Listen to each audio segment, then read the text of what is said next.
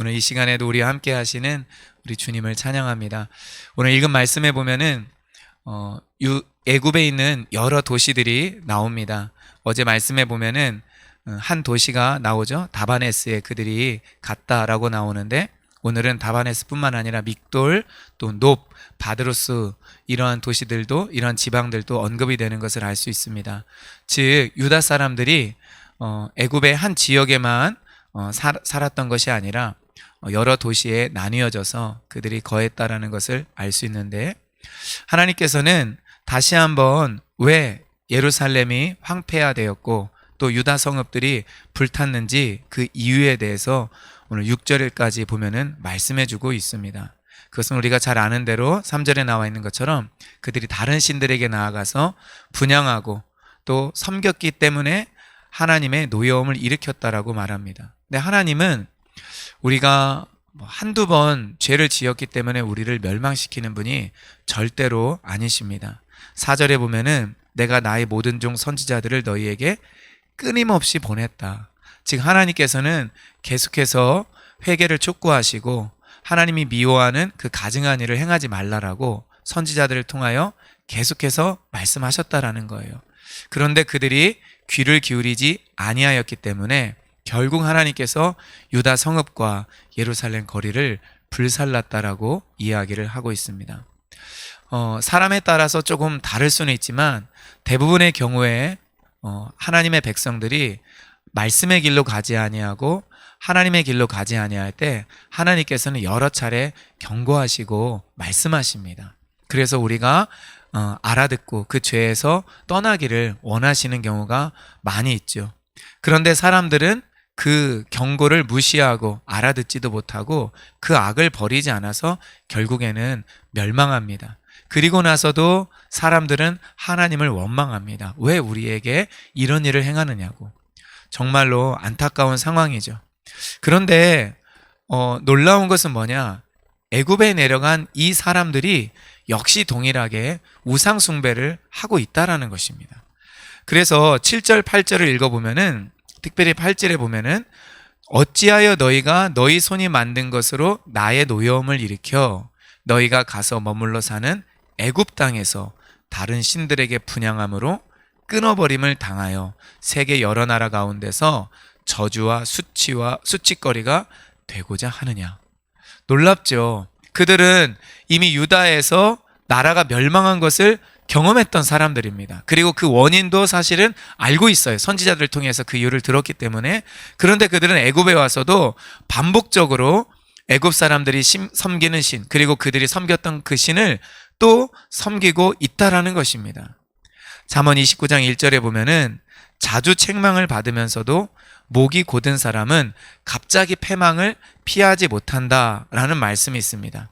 자주 책망을 받으면서도 목이 곧은 사람, 이러한 사람들이 있다라는 것이고 그들은 갑자기 패망을 당한다라는 것입니다. 바로 남유다에 있었던 역사가 그것을 보여주고 있습니다.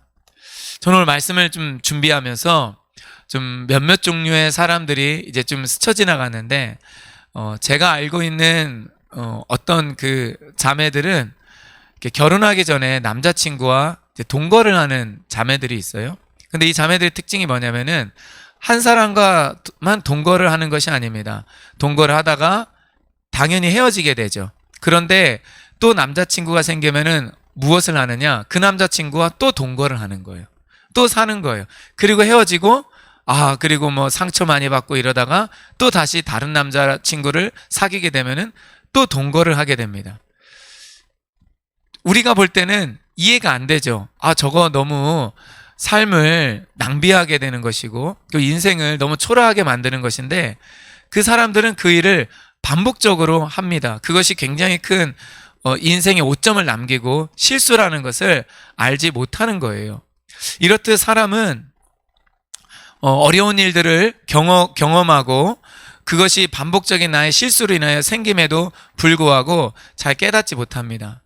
그런데 저의 모습 가운데도 이런 모습들이 있다라는 것을 하나님이 가르쳐 주시더라고요.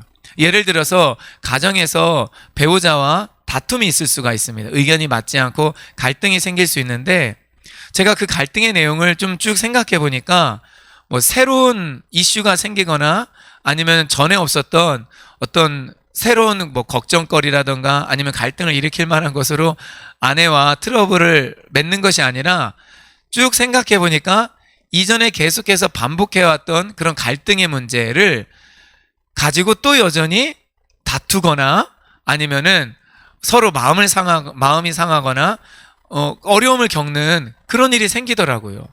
그래서 이거 진짜 내가 어리석은 사람이구나. 우상 숭배하는 건 아니지만 이 유다 땅에 있다가 애굽으로 온 그 사람들이 그들의 우상 숭배로 인하여서 나라의 멸망을 경험했음에도 불구하고 그들이 살고 있었던 모든 것을 잃어버렸음에도 불구하고 그들이 애굽 땅에 와서 다시 또 우상을 섬기고 하늘의 그 신을 섬김으로 하나님의 이 분노와 저주를 일으켰던 것처럼 나 역시도 주변에 있는 사람들 아니면 내 자신의 문제도 그렇고 또 가정 안에서 배우자의 관계 속에서 이미 이전에 있었던 그런 갈등의 문제들 속에서 여전히 헤매이고 있고 그리고 그것이 다시 반복적으로 나타난다라는 것을 보게 되었습니다. 이것이 남 탓하고 어떻게 유다의 사람들이 이럴 수가 있는가 이렇게 정죄할 문제가 아니라는 걸 알게 되었습니다. 사람들은 그렇게 연약하죠. 그래서 우리 가운데 있는 그런 모습들을 우리가 정직하게 보고 하나님 앞에 애통하는 마음으로 나아가서 주님 이 문제를 고쳐주시옵소서, 이 문제를 해결해 주시옵소서 그렇게 기도하는 것이 우리 가운데 필요할 줄 믿습니다. 그런데 말씀해 보면은 궁극적으로 이 유다의 사람들이 왜 그렇게 하나님 앞에서 죄를 지을 수밖에 없는가 그 부분을 말해주고 있습니다. 10절을 보면 그들이 오늘까지 겸손하지 아니하며 두려워하지도 아니하고 내가 너희와 너희 조상들 앞에 세운 나 율법과 나의 법규를 지켜 행하지 아니하느니라 이렇게 나와 있는데 겉으로 나타나는 모습은 하나님의 율법과 하나님의 법규를 지키지 않는 것입니다. 그런데 하나님의 율법과 하나님의 법규를 지켜 행하지 아니하도록 하는 그 마음 상태가 있다라는 거예요. 그게 바로 뭐냐? 겸손하지 아니한 것 그리고 하나님을 두려워하지 아니한 것이라는 거예요. 여기에 있는 이 겸손하다라는 말은 구약 성경에 뭐 많이 나오는 단어는 아닌데 기본적으로 이 단어는 부스러뜨리다라는 단어를 가지고 있습니다. 그래서 으스러뜨리다, 파괴하다라는 뜻을 가지고 있는데 부서뜨리고 파괴하여서 낮추다라는 의미를 가지고 있어요. 그래서 여기에서 겸손하다라는 의미가 파생된 것 같습니다. 그래서 깨지고 밟으면 사람이 낮아지고 거기서 겸손해지죠. 그래서 우리말 성경에서는 이 겸손하다를 어떻게 번역했냐면은 오늘까지도 그들이 자기 자신을 낮추지 않고 낮추지 않고로 번역을 한 거예요. 즉 우리 마음이 하나님 앞에서 겸손해야 되는데 다른 말로 하면 그것은 하나님 앞에서 낮아져야 된다라는 거예요.